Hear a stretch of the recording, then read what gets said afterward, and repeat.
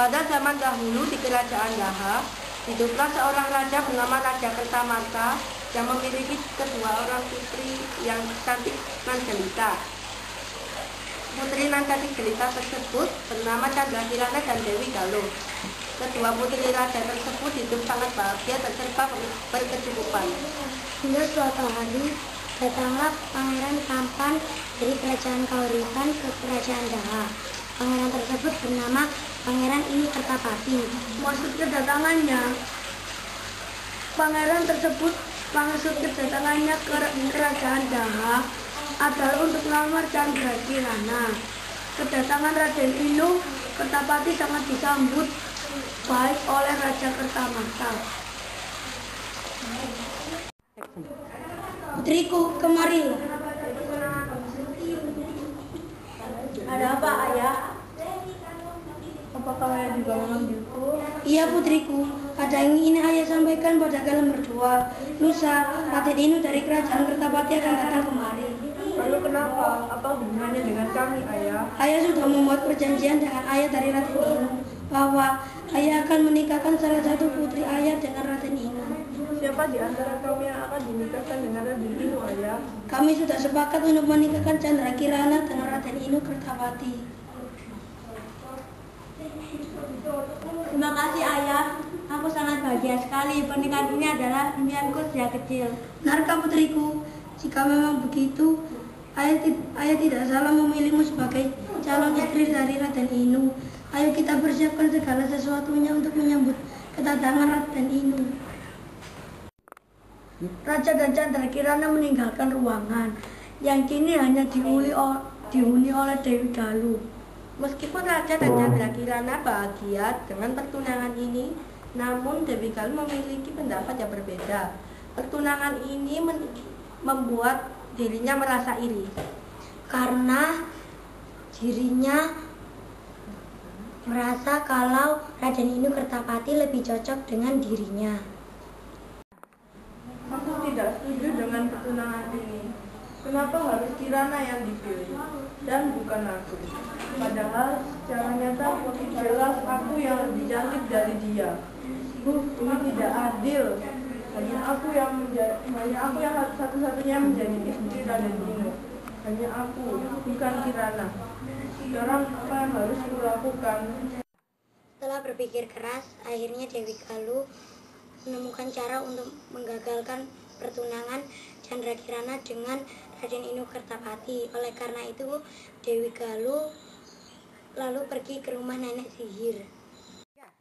Dia meminta nenek sihir untuk menyihir Candrakirana menjadi sesuatu yang menjijikkan dan dijauhkan dari Raden Inu Kertapati. Permisi, apa ada orang di sini? Silahkan masuk gadis cantik, kemarilah.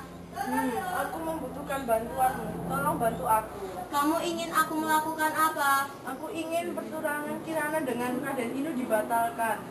Baiklah, aku mengerti maksudmu.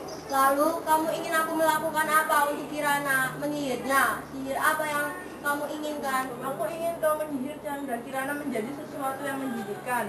Yang jelas, aku ingin Kirana menderita. Baiklah, aku akan menyihir Candrakirana sehingga dia tidak dapat bertunangan dengan Raden Inu. Terima kasih atas bantuanmu. Senang bekerja sama dengan penyihir sepertimu. Ini uang sebagai imbalannya. Sekarang, aku akan membuat ramuan untuk Candrakirana. Kutunggu kabar darimu, penyihir. Keesokan harinya, Candrakirana pergi ke pasar untuk membeli keperluan yang dibutuhkan untuk menyambut kedatangan Raden Inu Kertapati. Sepulang dari pasar, Kirana melewati sebuah sungai. Di sungai tersebut, Kirana dihadang oleh seorang perempuan yang sangat buruk rupa. Ternyata, perempuan tersebut adalah nenek sihir yang diutus oleh Dewi Galuh untuk menyihir Kirana. Nenek sihir pun menyetujui permintaan Dewi Galuh, lalu menyihir Candrakirana menjadi Kirana, lalu membuangnya ke sungai. Apa kabarmu Candrakirana? Kelihatannya hari ini kau sangat senang sekali. Siapa kamu? Kenapa kamu sangat murah sekali? Aku kesini untuk mengutukmu menjadi keong. Kenapa kamu ingin menyihirku? Apa salahku? Saudaramu yang menyuruhku untuk menyihirmu. Lalu, tidak mungkin, kau pasti berbohong. Untuk apa aku berbohong? Itulah kenyataannya. Tapi, kenapa kau melakukan itu? Sudah, jangan banyak omong. Terima saja nasibmu.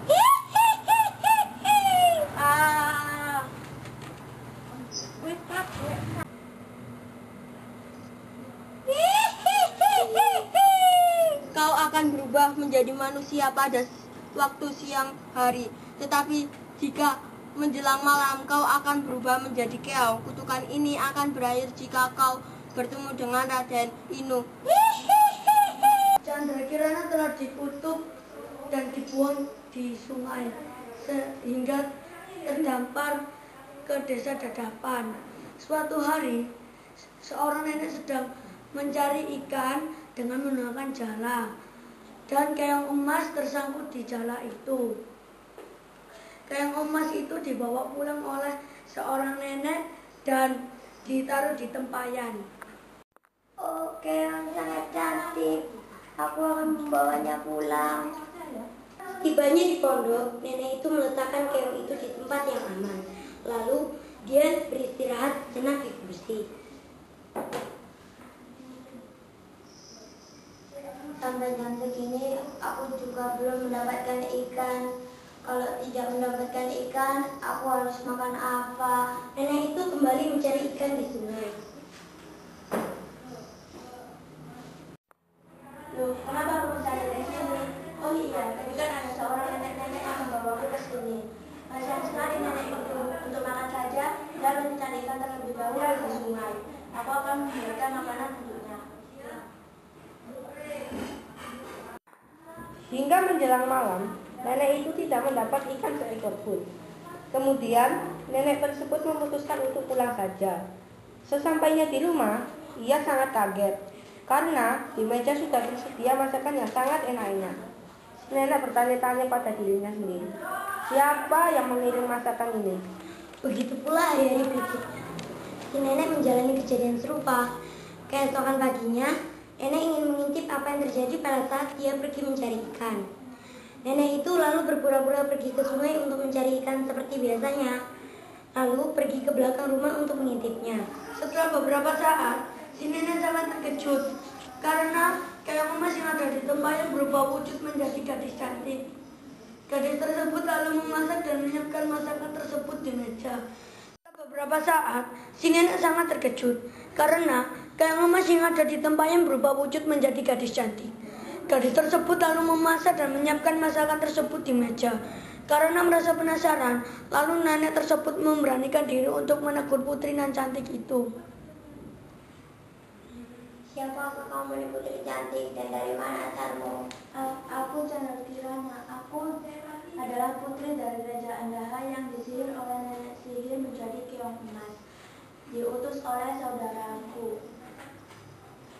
Oh, kasihan sekali dirimu nak. Nenek tidak tahu saudara macam apa itu. Hingga tega ingin mengutukmu. Tapi kalau sudah namanya manusia cemburu, pasti apa yang dia lakukan. Ya sudah nak, kamu boleh tinggal di sini dulu. Terima kasih, Nek. Sementara itu, Pangeran Inu Kertapati tak mau diam saja ketika tahu Candrakirana menghilang. Ia pun mencarinya dengan cara menyamar menjadi rakyat biasa. Nenek sihir pun akhirnya tahu dan mengubah dirinya menjadi gagak untuk mencelakakan Raden Inu Kertapati. Raden Inu Kertapati kaget sekali melihat burung gagak yang bisa berbicara dan mengetahui tujuannya. Ia menganggap burung gagak itu sakti dan menurutinya, padahal Raden Inu diberikan arah yang salah. Siapa kau? Anak muda, aku akan menunjukkanmu ke arah desa Dadapan. Di sana, kamu dapat bertemu dengan Candrakirana. Dari mana kau tahu tujuan perjalananku? Siapa kau sebenarnya? Kau tidak perlu tahu siapa aku. Ikuti saja petunjuk yang aku berikan. Baiklah, terima kasih atas pertolonganmu. Setelah berjalan cukup jauh mengikuti petunjuk arah dari burung gagak, Raden Inu tidak juga menemukan desa Dadapan. Di perjalanan Raden Inu bertemu dengan seorang kakek yang sedang kelaparan. Diberinya kakek itu makan. Ternyata kakek adalah orang sakti yang baik. Ia menolong Raden Inu dari burung gagak itu. Entahlah nak, sudah beberapa hari kakek ini tidak makan. Oh, ini kayak ada sedikit makanan. Terima kasih anak muda. Janganlah kau mengikuti petunjuk yang diberikan burung gagak tadi. Dia sebenarnya adalah jelmaan nenek sihir. Dia memberikan petunjuk yang salah padamu. Lalu apa yang harus kulakukan, kek? Berjalanlah mengikuti aliran sungai ini. Di ujung sana kau akan menemukan desa Dadapan. Terima kasih, kek. Saya akan melanjutkan perjalanan ini. Pergilah anak muda, hati-hati dalam perjalananmu. Baiklah, kek. Setelah berjalan berhari-hari, sampailah Raden Inu di desa Dadapan. Dia menghampiri sebuah gupo yang dilihatnya untuk meminta seteguk air karena perbekalannya sudah habis. Di gupo itu, ia sangat terkejut karena dia bertemu dengan Chandra Kirana. Akhirnya, sihir dari nenek sihir pun hilang karena perjumpaan itu. Siang malam ku memikirkanmu, ku sebut namamu, aku merindukanmu. Mungkin aku harus menyatakan cinta, cinta. Siang malam ku ingat dirimu, terbayang wajahmu, sampai aku bermimpi, mimpi indah kita berdua, cinta, cinta. Di sana ada pondok, mungkin aku bisa numpang istirahat di sana. Dan setidaknya aku mendapat seteguk air. Aku merasa lelah sekali berjalan sejauh ini.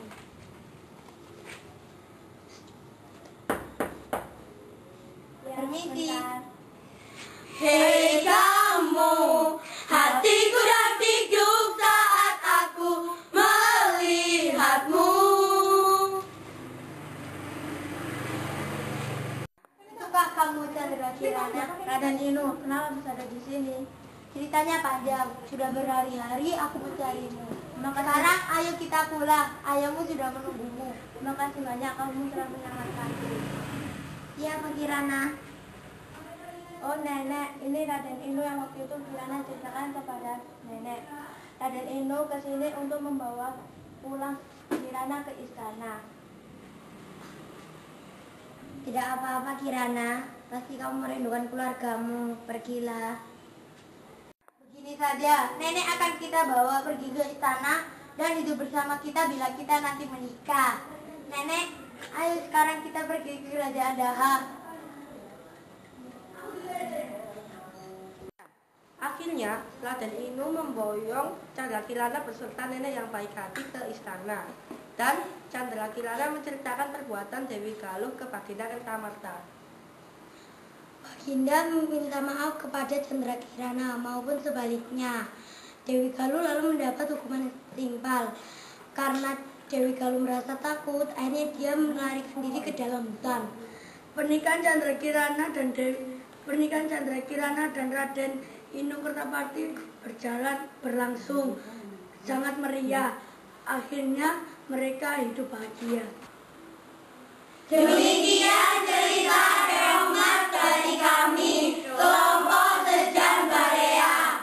Saya Sinta sebagai Dewi Galuh. Saya Ebru sebagai Chandra Kirana. Saya Jasinda sebagai nenek. Saya Aziza sebagai penyihir. Saya Nabila sebagai narator 3 dan burung gagak. Saya Baskoro sebagai narator 1. Saya Agil sebagai raja. Saya Raden sebagai Raden Inu Kertapati. Saya Hedra sebagai narator 2. Saya Alif sebagai kakek. Terima kasih.